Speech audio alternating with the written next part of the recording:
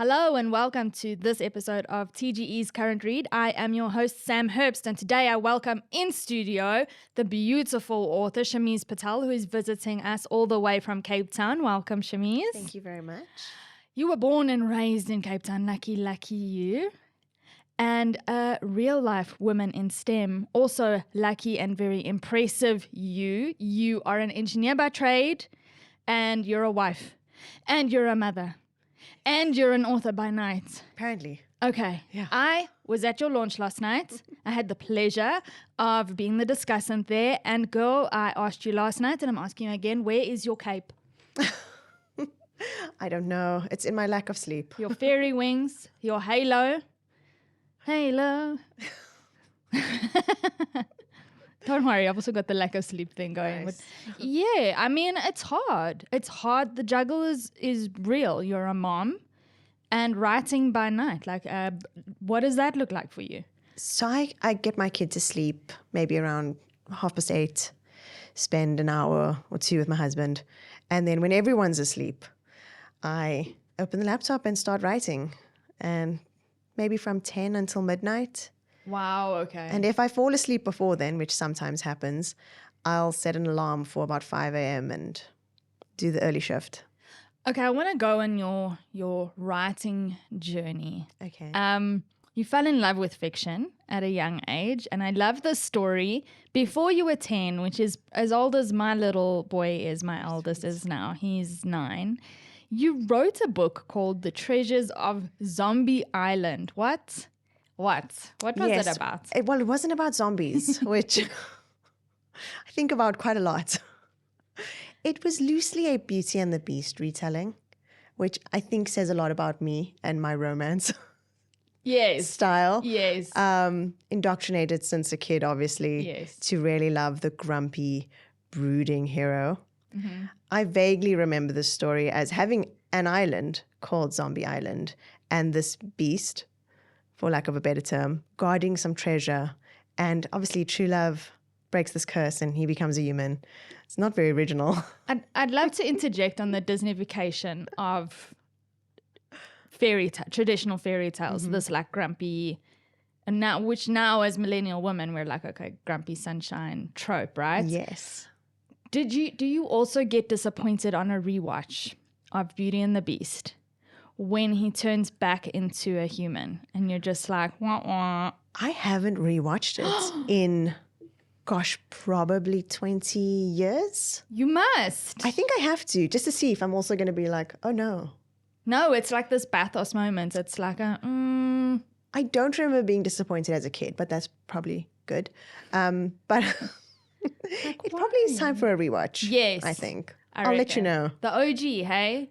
Disney. The OG. No, yeah, of course. Yeah. I mean, I like the live action adaptation, and that's uncommon for me with the live action. I'm quite loyal to the originals. Yes, yeah. So, okay, sidebar, done.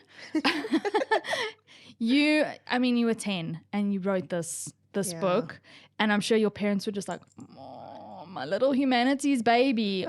But you didn't go into humanities. You went into engineering. Yeah.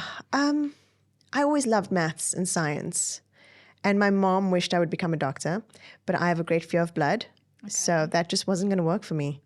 And engineering made sense because that's what all my science teachers told me based on my results. I went into it quite blindly. Later discovered that I do love civil engineering. I really, especially, sorry for my language, especially roads and traffic engineering, which is what Lincoln does. Yes. Lincoln and Elizabeth. There are aspects of civil engineering that I would never want to do, but I fell in love with it eventually. So yeah. It is very obvious from the book that I'm just like, you have knowledge of this. So either you are a civil engineer or you've spent a ton of time with one. So that was obvious enough that it's really believable, and I love the passion that these characters have for their craft. So I want to go into that. Let's start with what we're actually talking about. Next Level Love, your latest romance. Mm-hmm. You have delved into, you started out with fantasy, Yes. which we will get into. But let's do an elevator pitch. What is Next Level Love all about? I always just give the disclaimer that I'm terrible at summarizing my book in a few words and selling it. I love torturing authors in that way. I see the smile on your face. Okay. So Next Level Love is what I call a URL to IRL romance. It's got a bit of a You Got Mail vibe. It's about two gamers who have been chatting online for years and end up unknowingly working together. Lincoln is Elizabeth's boss, and their careers are on the line and very much tied to each other. So it is a case of, is it worth the risk? Well, I mean, last night I asked you an on-the-spot hard question. I've got another on-the-spot hard question for you. You said if there was a song, I asked you if there was a song that described Next Level Love, it would be Invisible String by Taylor Swift. Yes. Which I love. And that's exactly it. There's this invisible string that connects them online, and then there's just that something. So it is inescapable. I mean, one can assume that it's inescapable despite their careers. They were going to meet one way or another. Yeah. Look, I've got to interject, yeah? I got gifted, listeners and book lovers and viewers. I got gifted this amazing candle with notes, Next Level Love, a soy wax candle with notes of cinnamon rolls, because that's what Elizabeth smells like. And it's beautiful. It's got a rose, reminiscent of the Beauty and the Beast. And Rose. And Rose. Rose from Playing Flirty. Yes. I keep wanting to say Playing Dirty, but I think that was intentional on your part. It smells divine. Thank you so much for this gift. You're very welcome. At last night's launch as well, there were stickers. I mean, we're really playing into the geekdom here. Who doesn't like a thing? Well, I love this thing in particular. It's very clear that you're an Ali Hazelwood fan. I'm like, there are notes of love theoretically, love on the brain, the love hypothesis. The love hypothesis. Glad to see I'm not the only one stumbling on my words. No, listen. We all have brain fog from time to time, every day. Are you an Ali Hazelwood fan? Of course. I mean, she's the queen of STEM romance. I think she is hilarious. I find her writing so funny. I remember reading The Love Hypothesis for the first time, and it was within the prologue, within the expired contact lenses that I knew. I think I texted a friend and I was like, I'm going to love this book. She's hilarious. But like, so are you. I think it is very nice. It's evident that you have fun with your writing, and I think that is so important. Because if you're not having fun, if it's a slog, then it's really going to come across in your writing. I think so. So, I mean, 10 to 12 at night, like what's your super juice? Do you you don't drink coffee after hours, I know this. No. So, although I may have been drinking coffee during this period. Okay, pushing. When I'm on deadline, I give into the caffeine, I give into the sugar, I give into like Barocca, like whatever it takes to really just get through the second half of the day. Whatever's going to get you. It may have been caffeine fueled. Okay. Yeah. All right. But not unlike Elizabeth. Not unlike Elizabeth. Yeah. So, okay. I'm drawing very many parallels. You're obviously a geek. I'm loving that. I wanted to wear my son's Mario hat. What stopped you? I don't know. You just gotta do it. Should have just done it. Yeah. And my Comic-Con shirt. There's an inner geek in this, Sam, definitely. You have to lean into it. Okay. Be proud of that's part of why I wrote these books as well. Even though that wasn't a question, I'm just going to answer it anyways. Go my for own it. question. Yes, go for it. Playing Flirty and Next Level Love was also my love letter to geekdom and how adults who are responsible and have respectable jobs can still love video games and Pokemon and all the fun cosplay stuff. It doesn't reduce you as an intellectual. So, yeah. In fact, I would argue that those who lean into the geekdom are actually more intellectual than the rest of the population. I don't know if I'm going to cut off sorry for anybody who doesn't relate, but I really do feel that way. I'm just like, yes, we're having fun with our intellectualizing, and board games and stuff is what kind of stimulates that. I mean, for people that are at a slog of a job, day in, day out. Let's have fun. Exactly. And you can learn empathy and discuss political or societal issues via fantasy 100%. or romance. Yes, 100%. And I'm loving where you're going with this. These two books kind of bleed into one another. You've got this motley group. I want to call them a motley group. Are they motley? I don't know. I don't know, yeah. This motley, well, this group of gamers Yes. who also, so they game. You're a PC and Xbox. and Xboxer.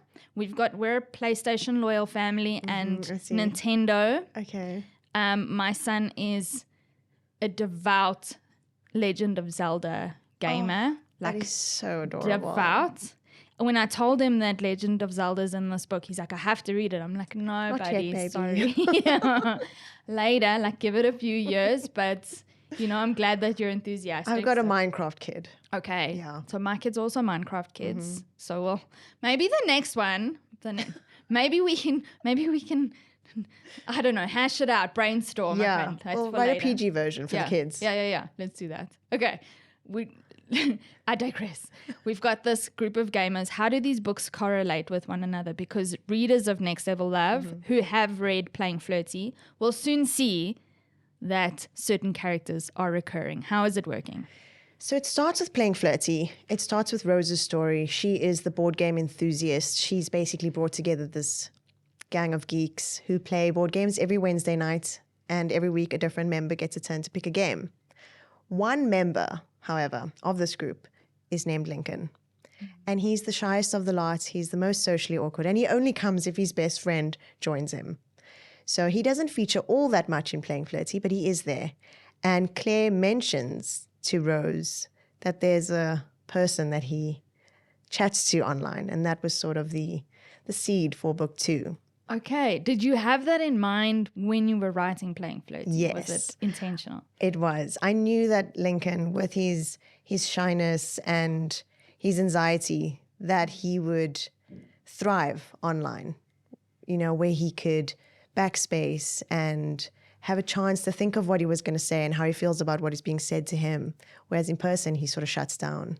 I love it. So what I really, really enjoyed was structurally each, and it was your 34th birthday this week. Happy birthday. Thank you very much. And you quoted from chapter 34, but just as a for instance for our listeners and our viewers, each chapter begins with an excerpt of Lily and Link of a discussion of their online kind of, are they on, I don't know what the cool kids call it, man. They're like it's essentially Discord, but I didn't want to label an app because, in a few years it's called X, and then what? Exactly. So, I wanted to say Discord, but I don't use Discord. I'm not so cool. I'm not. Or maybe you're too cool. Or maybe I'm not that cool. Genuinely not that cool. So, we've got it. It's an Elizabeth chapter. Link's username is The Answer Is No. My therapist wants me to try mindfulness. This is the one that you quoted in the week, right? And then Lily's handle, just handle. That's what the cool kids are saying. The cool kids are saying, just handle. At Pancakes Are Elite, don't they know the goal is mindlessness? The answer is no, you get me. And then he says, you might be the only person in the world who gets me. And so the chapter goes. So we're dealing with 2 different timelines, and we're dealing with, as you mentioned, the URL/IRL romance. And I'm latching onto what you're saying about Link being able to really be himself in chat form. I also think there's something super sexy about texting. It's the fact that you can be anonymous. Yeah. Especially in his case, he doesn't have a profile picture. He doesn't have his real name on there. No one's going to hold him accountable for anything that he says. Yes.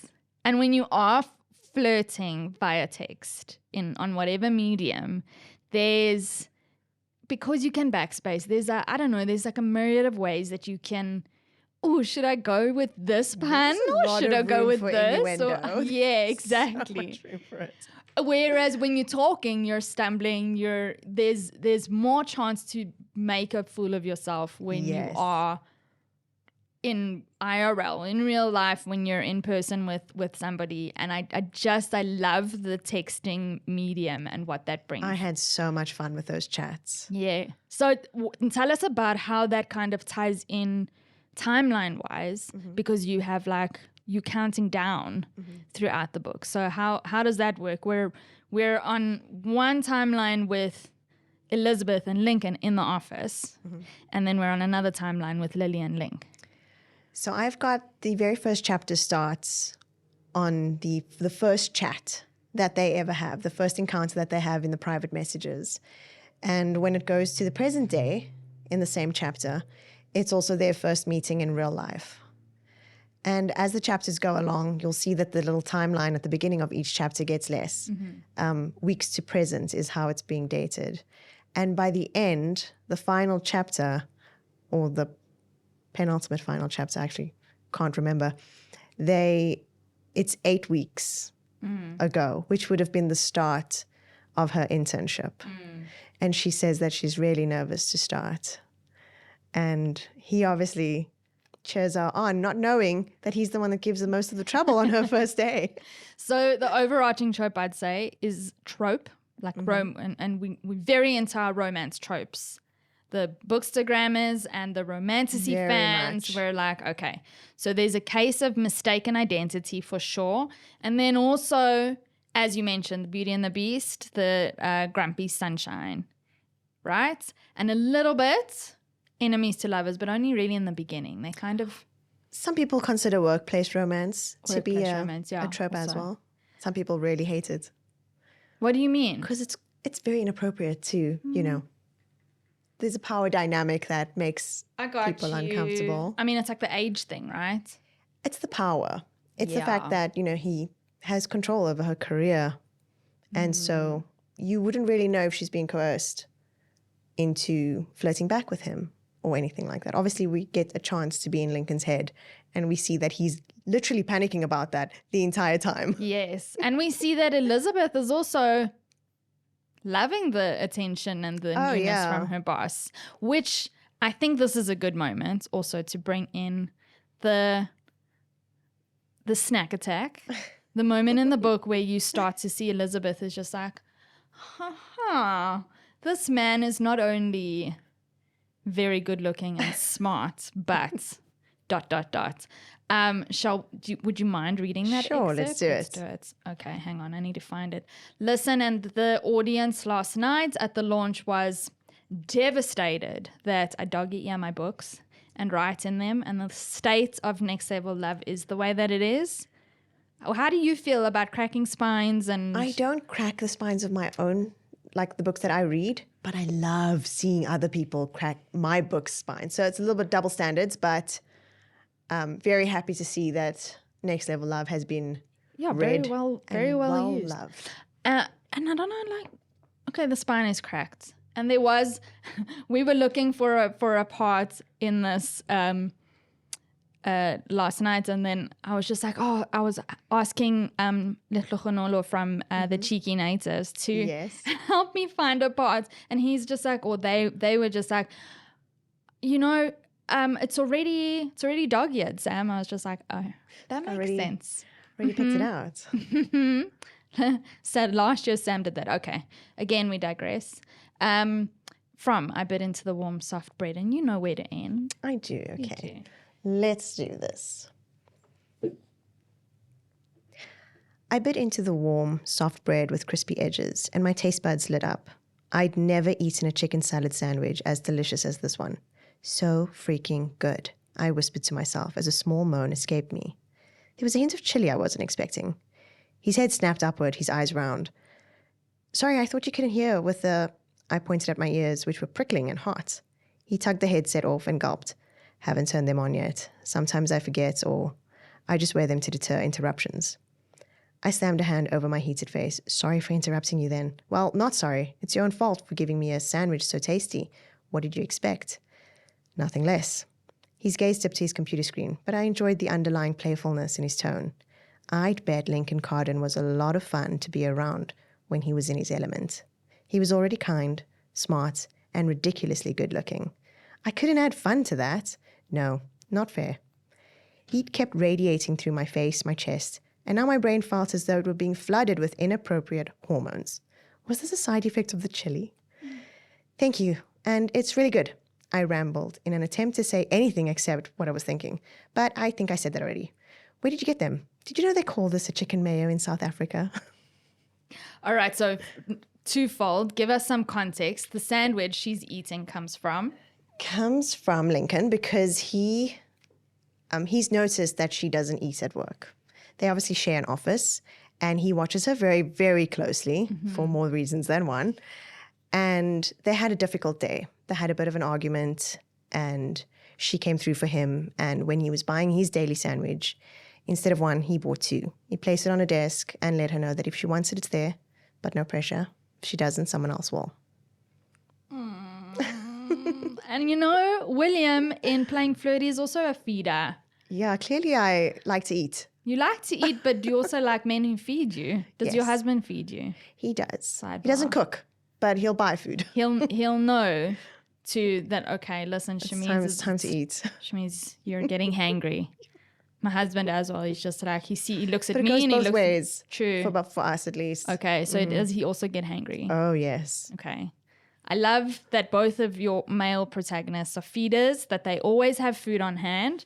And he brings, like, into playing flirty, he also brings some snacks into He's the always mix. arriving with food on the game Love it. nights. I love it. Love a man who comes with bearing gifts. He's not and going to talk offerings. to you or hug you, but he's going to bring you food. I love it. Okay. So let's talk about Lincoln. I love a broody man. He is so broody. He's so, he would really pique my interest in real life. He's also neurodiverse. You've so cleverly woven in ADHD and his diagnosis and his resultant anxiety into that. So let's talk about representation in your writing. Hannah Grace has done it with her novels. I think a lot of romance and those playing with the geekdom in romance are bringing that in because there are a lot of correlations and parallels here in these worlds. So let's, what is it about representation in this way that's super important to you?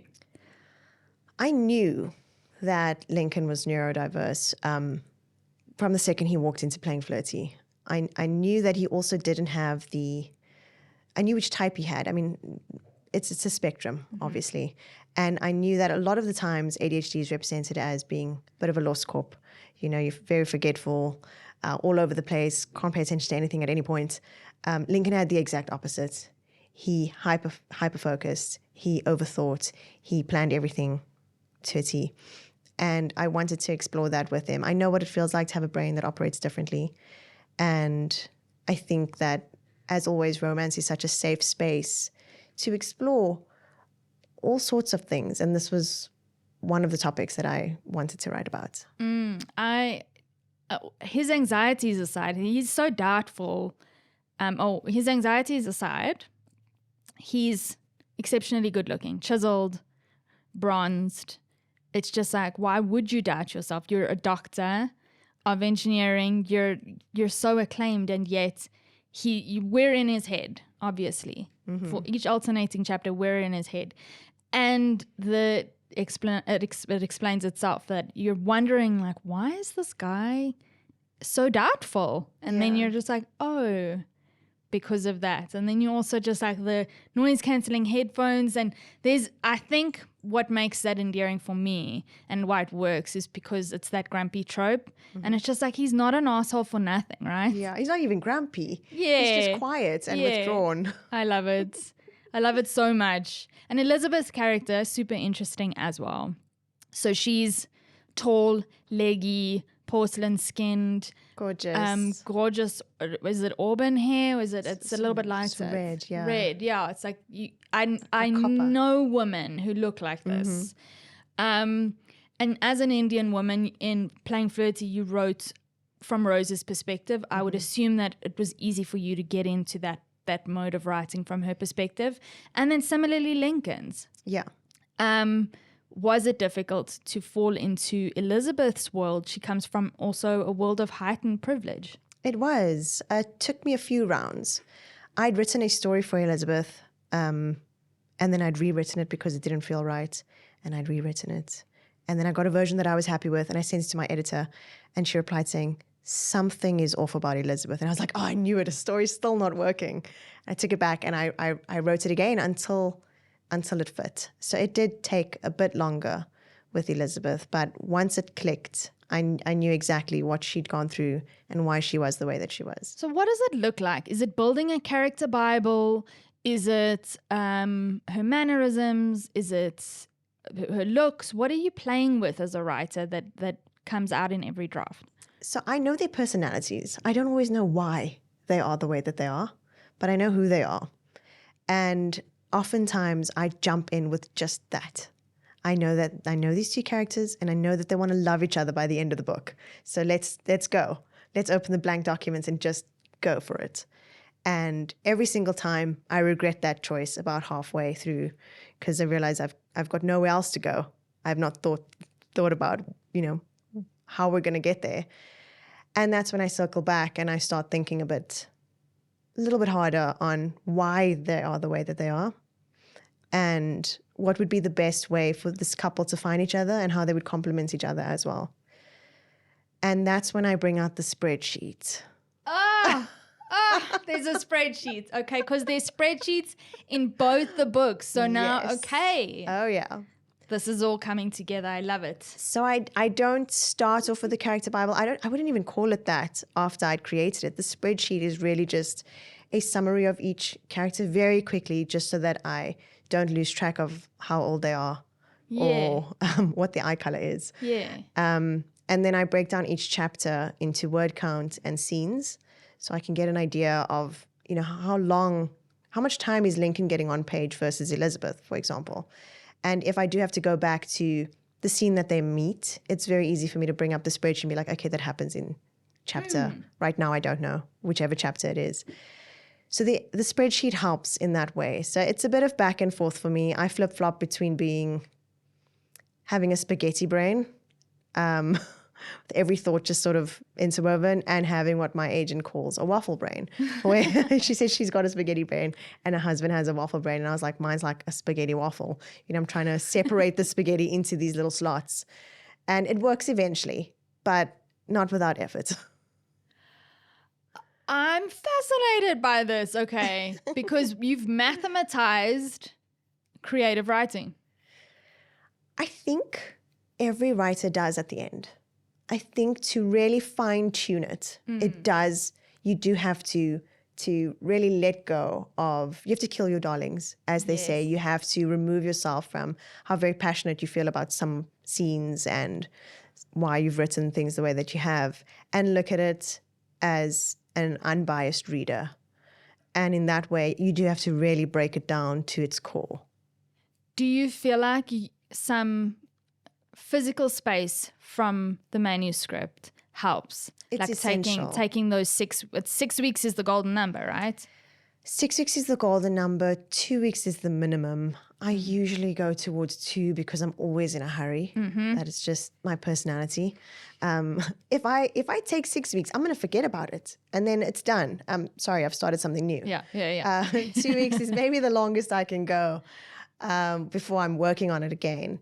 But definitely time away and to get somebody with fresh eyes to take a look at it. So I would send it to an alpha reader or beta reader and ask them a few questions as they go along, or does Elizabeth's character make sense to you? Do you feel like you relate to her? Do you like her? And I take some of that feedback and it goes into my rewrite. So for me, is it crucial that particularly your female characters are likable? I don't think that they need to be likable, but you do need your readers to root for them. And you can root for an unlikable character because just because you don't like someone doesn't mean you want them to suffer. You might just not agree with some of their takes or might know that you wouldn't be friends in real life. I also hate writing a perfect character. I think that everyone is flawed and that gives them opportunities to grow.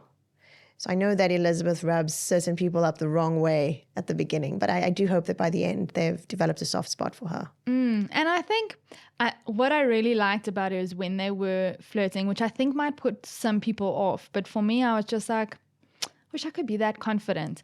When he gets playful with her and she gets playful and like chatty back. Yeah.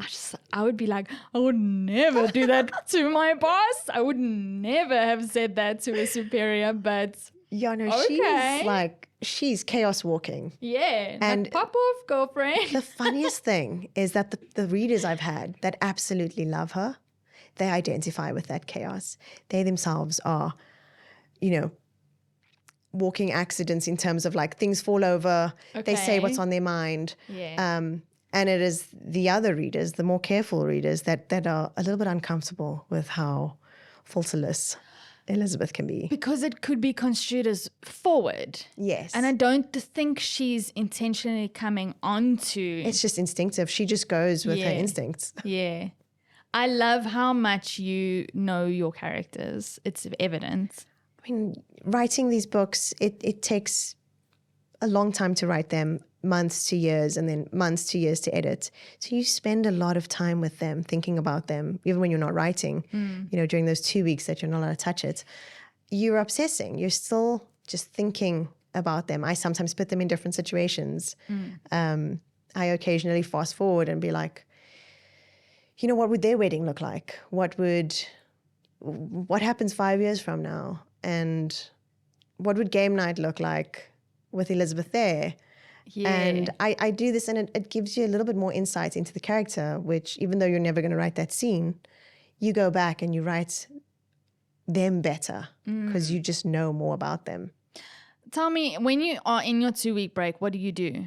So you're asking questions and that, and you're waiting, I think, probably with bated breath to hear back from your readers. Do you read? Are you one of those writers who you're able to read and write at the same time? Or there are other writers who I've interviewed who are just like, they cannot mix the two. Or they read nonfiction if they're writing fiction, or vice versa. I try and read something that's not too similar, just because so terribly scared of accidentally plagiarizing something. So if I'm writing romance or, a rom-com, I'll read fantasy. And vice versa. But I read during that 2-week break because it's the only time I get to catch up on my reading. Are those your two preferred genres, fantasy and romance? They are. They're my two favorites, but they're not my only favorites. I have a manuscript that is waiting for me to edit it, but unfortunately, the 6 weeks have gone by, so I've moved on to something new. No way. But I'll go back eventually. I've written a full mystery romance. We're talking murder mystery. A body's washed up. Okay. And this enthusiastic mystery reader decides that with all her mystery novel knowledge, she could solve this better than the detective on the job, who happens to be a hot, broody man. Of course. Okay. When is this happening? Let's I'm taking mental stock of everything I need to hold you accountable for. My intention, obviously things change, but my intention is to finish the book I'm working on at the moment, get it out on sub. I mean, sub can take usually a year to 2 years before you call time of death, or it gets picked up, which would be great. So while that's on sub, I will then go back. Okay, explain for our listeners what you mean by on sub. Sub, okay, yes, sorry. Once you've finished your manuscript and you've edited it within an inch of its life, which takes a very long time for me. And there's always tweaking, and it's never actually done. I've edited it. I have a checklist. Yeah. Of course you do. Of course I do. I have a checklist on the things I need to check, literally. When editing, I go through it so slowly. And then I send it to my agent. She replies saying, "Did you edit this?" I'm like, "Oh, I tried. Apparently not. Never mind, just give it back. I'll do it again." Okay. And I'll edit it again, and then it goes back to her, and then she'll be like, "Okay, cool. I'm going to send this out on submission," which is what on sub means. So for the really big publishers, they don't take manuscripts directly from authors. They only work through agents, and my agent would then submit to all the big publishers and hope for the best. We'll give them a few weeks to months. And if none of them bite, she'll go, a level down to the medium level publishers and so on until we get to the smaller ones, if it's worth it. And if after 2 years there's no bites or the offers have been too low, you might pull it back, call time of death, or just shelf it. Mm-hmm. And, know that maybe mystery romance isn't in at the moment, but you believe that it might be in 2 years' time. So you'll Publishing just actually, is a business. it is a after all, business. And it's also cyclical. Yes. Right now there's a big rom-com boom, but it's dying down. There's too many. So, but it'll come back again in, 5 to 10 years or whatever. So if you've got a rom-com, just keep it. Wait until it's time to shine. I think a lot of aspiring authors, and I know I have the feeling or the inkling, let me say anecdotal evidence, that a lot of especially fantasy readers will have fanfic. They'll have dabbled in writing of their own. I think a lot of the literary fiction, I'm just really making broad assumptions here, but a lot of literary fiction readers, nonfiction readers, they enjoy just ingesting, right? Yeah. Whereas I do think sci-fi, fantasy, and romance readers, they dabble in writing themselves. So I think that's as nice for them to hear as well, is just write for the love of it. Just go write your fanfic and go open your Substack. Fanfic has been a stepping stone for so many authors. I mean, sometimes your story, you've written it as fanfic based on existing characters that don't belong to you. But you can scratch off the VIN numbers, some authors have done that. I'm not saying it's the ethical thing to do, but there's so much Raylo fanfic. I mean, that's most of Ali Hazelwood's brand, is that it's essentially Raylo fanfic. Crazy. Yeah. Okay. Yes. So, it's a great way to also get feedback if you don't have a reading community that will assist you. You're posting it online and people are commenting. They're saying, I hate this character. He's stupid. And people are ruthless online, let's be honest. And they can be ruthless. Or they'll say this is badly written or whatever. And it's feedback and you can actually go and work on your craft. Whereas if you give it to your mom, you know that she's going to love it. Or she's going to be very embarrassed about what you've written. Well, sure. Okay. In terms of romance. Well, I know. If I give anything to my mom, she's just like, oh my God, who's publishing it and when? Even for the launch last night, she's just like, you need a new dress. I'm like, I'm not the author, Mom. The dress I wore last night, my mom bought it for me. Kudos to the moms and the parents. They just they got your back regardless. No, but she knows. You need different readers other than your close circle, right? Absolutely. So, okay, that's great advice. I do want to talk about your genesis as a kind of fantasy writer. You had a trilogy that you brought out. I mean, you've had other books published and you've written so much else, but you started out in fantasy fiction with the Selene Trilogy. That's The Last Feather, The Eternal Shadow, and The First King.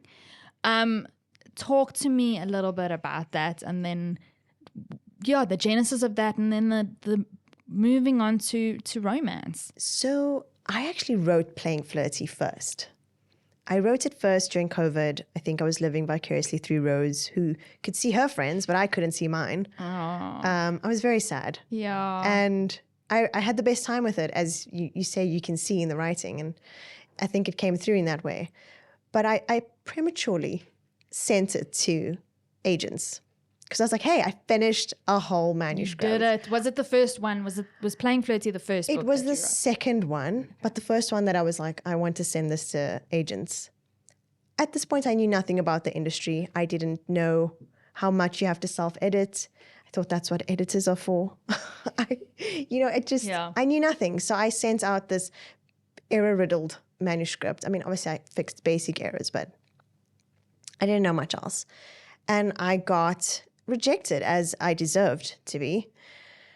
But enough agents were interested to sort of boost my confidence and let me know that there was something there. And from what I'd read, agents don't request more of a manuscript unless they think there's potential.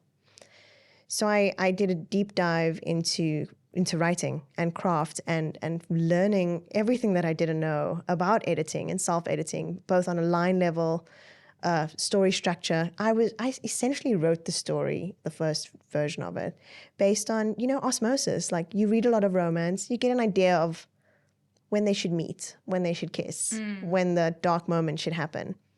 but I never actually looked at a proper story structure. And talking about the hero's journey, kind of, there is a science to the story arc that absolutely you need knowledge of, and you can't stray from it, but then you need to know that you've strayed from it. You need to know the rules that you're breaking. Yes. And romance, particularly, very formulaic.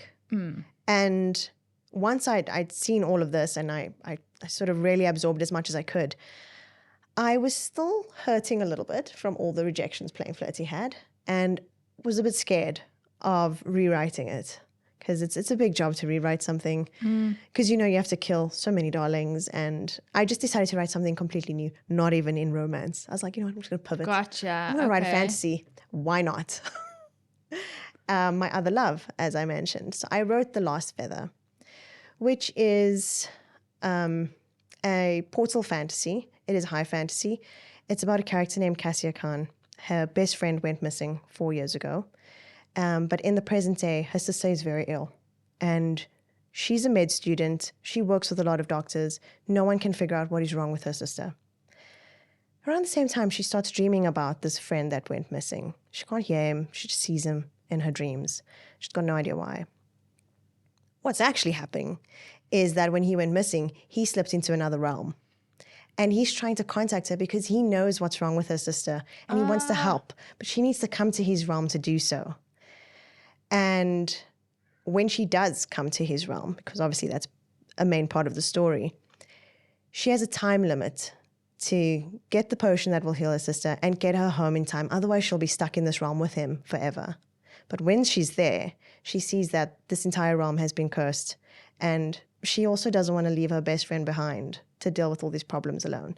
So it's a bit of a push and pull, and she's trying to save her sister, but she's also trying to save her best friend. And it's a trilogy. I had so much fun with it. I wrote it using all the knowledge that I'd absorbed, and it got picked up by a publisher within 10 days. But I mean, the world building that went into that. I love fantasy writers. I love talking to fantasy writers because I think there is actually so much additional work that goes into plot holes and, when you're dealing with portals and you're dealing with not even magic realism, it's fantasy. When you're dealing with high fantasy, anything can go, but there are still rules. You have to have rules because that heightens your stakes as well.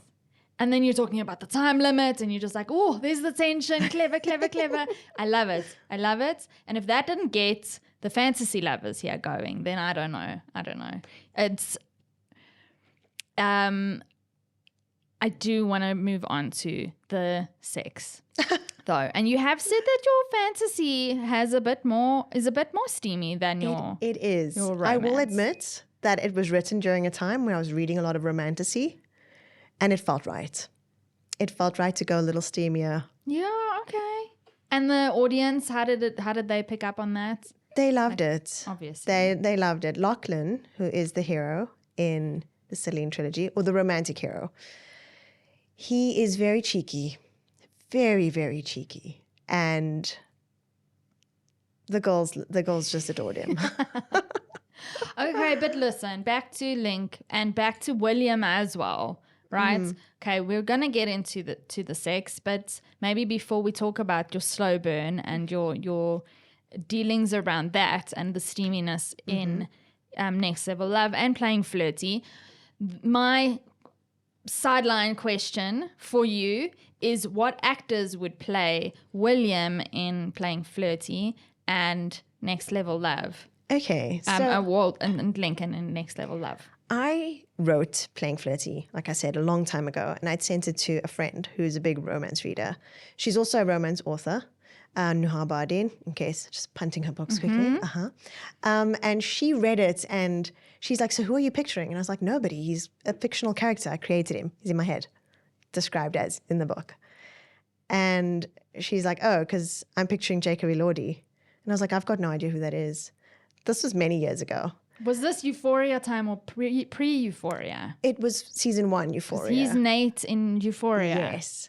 Season 1 Euphoria. And that's what she said. She's like, I'm going to need you to go watch Euphoria in the kissing booth. And I was like, oh, he's in the kissing booth. I was like, neither of those things sound like something I'm going to enjoy. She's like, just watch it. I was like, sure.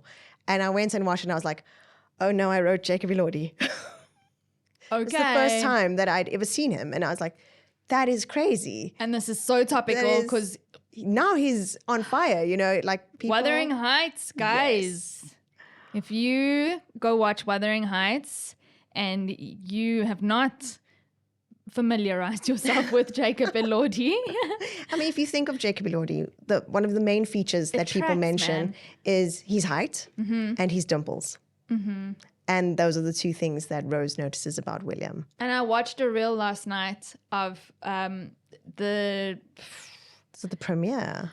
No, it's a press briefing or just a one-on-one with Margot Robbie and the director talking about how he inhales books, how he's always reading, and that there was like a 700-page like tome that he was busy with that was like a translated work and like highly intellectual. And I was just like, oh my God, this guy. And he is. So he's William. So he's William. Like, hands down, that is what it is. I don't think he'll ever want to play William because he seems to be on an anti-rom-com vibe since The Kissing Booth. For Lincoln, same thing. I wrote with a fictional person in mind. And I've had a lot of readers say that they picture Dev Patel, which I'm happy with. But what happened was I watched Murderbot after writing this. I don't know if you've seen it. It's Alexander Skarsgård. And there's a side character in there. His name's Ratty in the show. And his real name is, I think it's Ashke. Oh, I can't remember.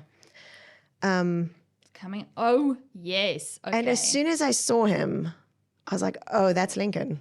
Yes. That's the face. So so those are the two actors I would put forward. Okay. We're going to link our viewers up to Ratty. What is his name? Doesn't matter. We got him as Ratty from Murderbot. I love it. It's exactly that. All right, guys, go look it up, but also it'll be in our show notes. Don't worry. We'll put it up. This is exactly it.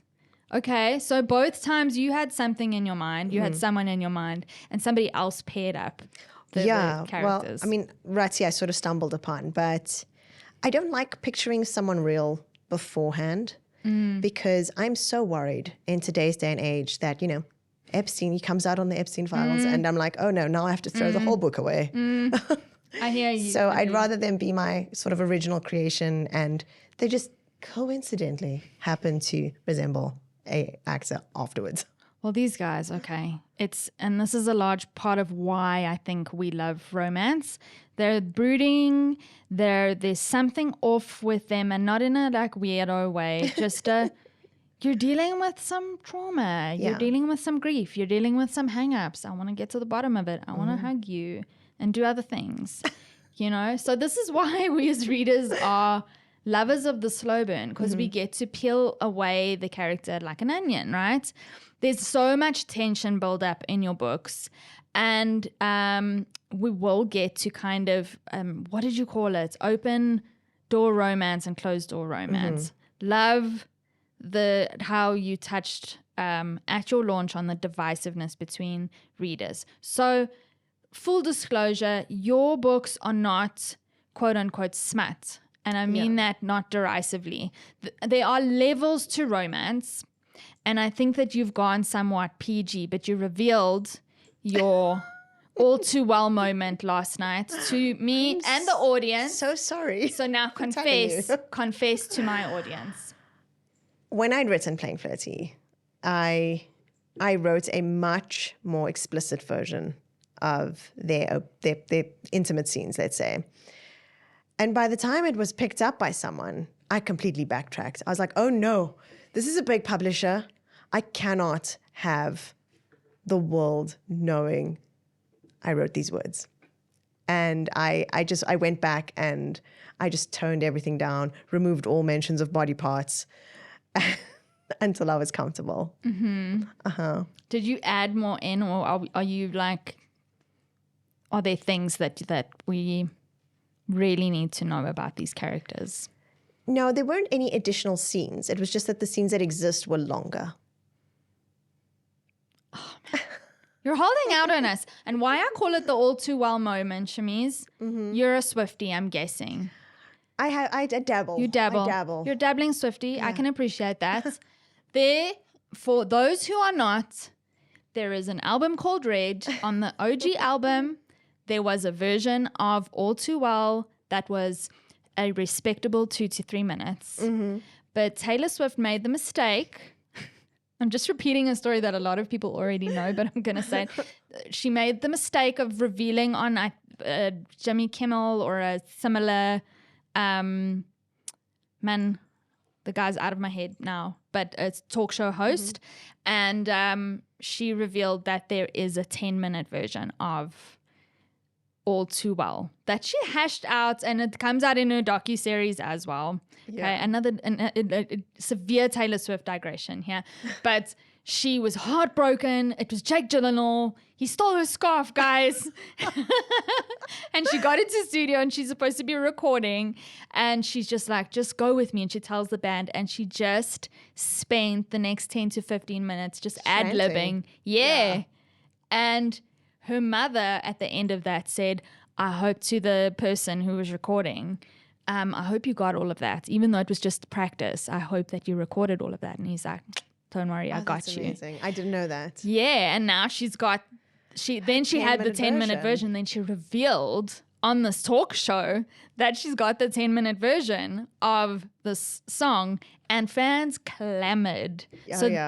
For the 10-minute version, and it came out in the Taylor's version, and it came out on her Eras tour, and people lived for those 10 minutes of that song, hating Jake Gyllenhaal, loving Jake Gyllenhaal, loving to hate Jake Gyllenhaal, thinking about that damn red scarf that is still at his sister's house. So this is my plea to fans. Shameez has her All Too Well moments 10-minute version here of Playing Flirty. We have the smuttier, more explicit manuscript. It's hiding somewhere on Google Drive. Yes. Don't go looking for it. Wait for the author to release it. Let's respect your boundaries. But yes, I'm here for it. Yeah, we'll see when I muster up the courage. Okay. I've got a question for you. My favorite scene in Playing Flirty, I know we're here for Next Level Love, but my favorite scene in Playing Flirty is the kitchen scene. Did you really not remember writing that? Like, genuinely? No, of course I remember. If anyone asks. Denial. If anyone asks, I didn't write it. Do you want to read this or should I? I will not. You will not? I just absolutely refuse. I'm going to read it, listeners. Okay. Oh no, I can't believe I have to go through this again. Yes, you do have to go through this again. He grabs a napkin from the bag and he leans forward, wiping it up. I'm just paraphrasing here so we can get to the good stuff. William ends up on the floor. They're in the kitchen. They're behind the counter. Rose is at the counter. William's down on his knees. And while she's caught up in his scent, he shifted closer and adjusted my legs until I was almost on his lap. He tossed the napkin aside, his fingers grazing my calf as he did it. My breath hitched as I watched his fingers slide up to my thigh and then back down. His touch was light and barely there, his chest rising and falling against my legs. Was I imagining it? This is what I love as well, is when the characters are just like, this is heightened sexual tension. And she's going like, really? Am I imagining this? Like, it's the panic. It's the sheer panic. But when I look into his eyes, they were darker than I'd ever see them. My heart thundered in my chest as he froze, the spell breaking. I love this. Okay, I'm stopping there because, spoiler alert, not for your comfort. Okay. It's not for your comfort. Oh. It's just I don't want to spoil it for our read. I love it when the eyes of the man go darker. They become feral. Oh, it's I just love like, it. oh, okay. Every romance novel needs to have it. It's yes. Part of the requirements. Same as Big Hands. Absolutely. Yeah. Yeah. Okay, so you have no recollection of this scene. Absolutely not. You're in denial about what happens in Next Level Love on Lincoln's desk. I'm sure you don't remember that at all. No, yeah, they just did work. They're in a cabin for work as well. Also no recollection of what happens. Okay. Drawings, yeah, construction. They're working. Trains. Trains. Your dad asked to read your book. Has he read your book yet? Not yet. I am hoping that he just chooses not to, because he doesn't want to know either.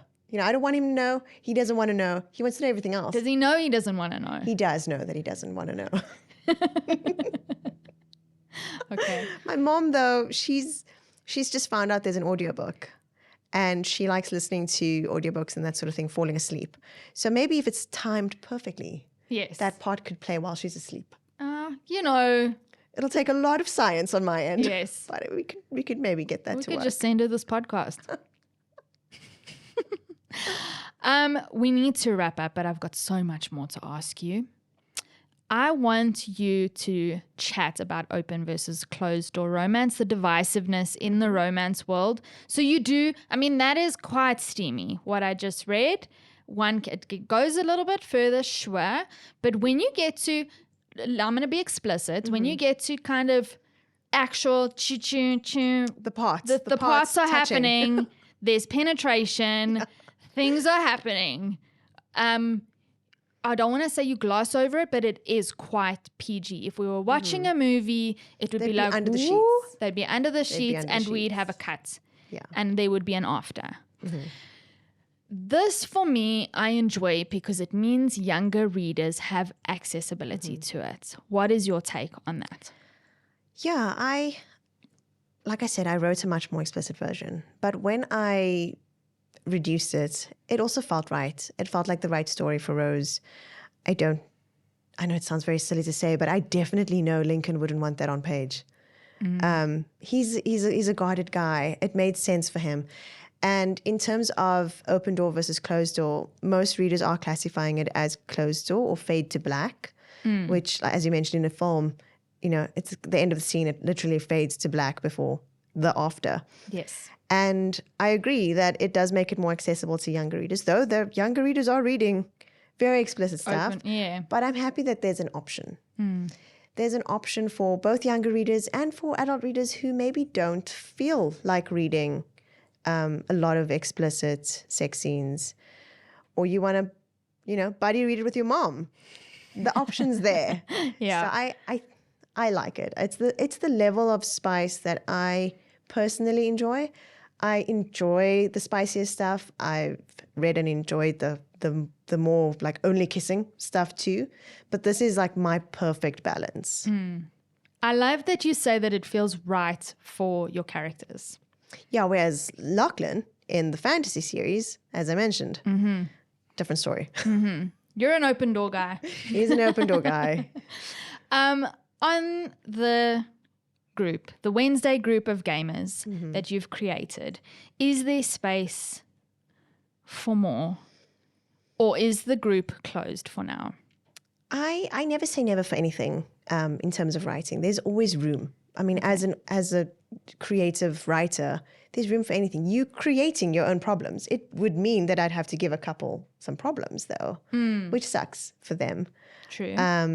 But it's not impossible. Because we're all coupled up now, right? We're all coupled up, but second chance marriage in crisis books are also very popular. A husband and wife finding their way back together. Interesting. Yeah, and so it's not that it's closed forever, but it's definitely closed for now. Okay. What if the fans clamor? If the fans clamor, we could visit game night. Gotcha. Okay. So they haven't closed the door. They're not like, there's no more room. I've got friends who have a D&D group. Oh yeah. And I was just like, oh, that's really interesting. I'm not a Dungeons and Dragons girly whatsoever, but I was asking them about it out of interest. Yeah. And the one friend just went, we have enough people. We have too many people. I was just like, okay, I wasn't asking. Wow. So this is not that kind of group. There's room for more. No, there's always room for more. Okay. Maybe Elizabeth has a friend. Maybe. I mean, the game night's getting a bit big.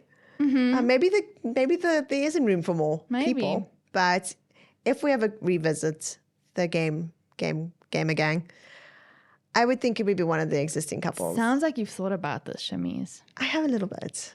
And it would probably be the two couples that didn't get a book. It would be Claire and Dean or Nima. Sean and Nima. Yeah. I mean, you just had a baby. Yes. There's Shit happens. There's options. But right now, we're moving on to something else. Well, what is that something else? What is next for Shameez Patel? I'm currently working on a paranormal rom-com.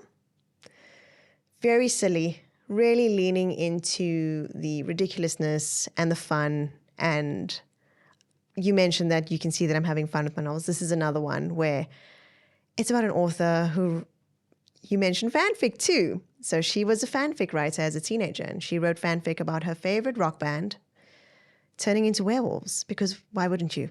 Yeah. And Well, if Hermione fanfic can exist, and for those who don't know, like it was last year that I found out about Hermione fanfic. It was like people who have shipped Draco and Hermione from Harry Potter series, and they've written, the force is strong with that storyline. It's weird, but good. And fanfic is really a place to flex those creative muscles.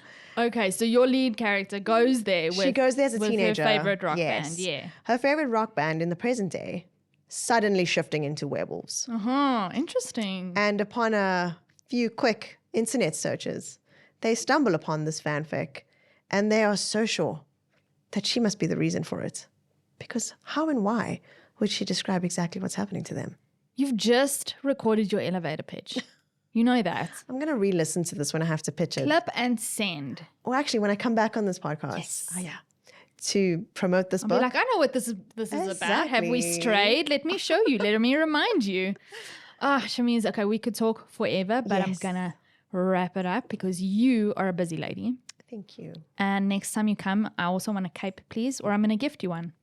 That would be amazing. I love a cape. Or my cosplay. Yes, exactly.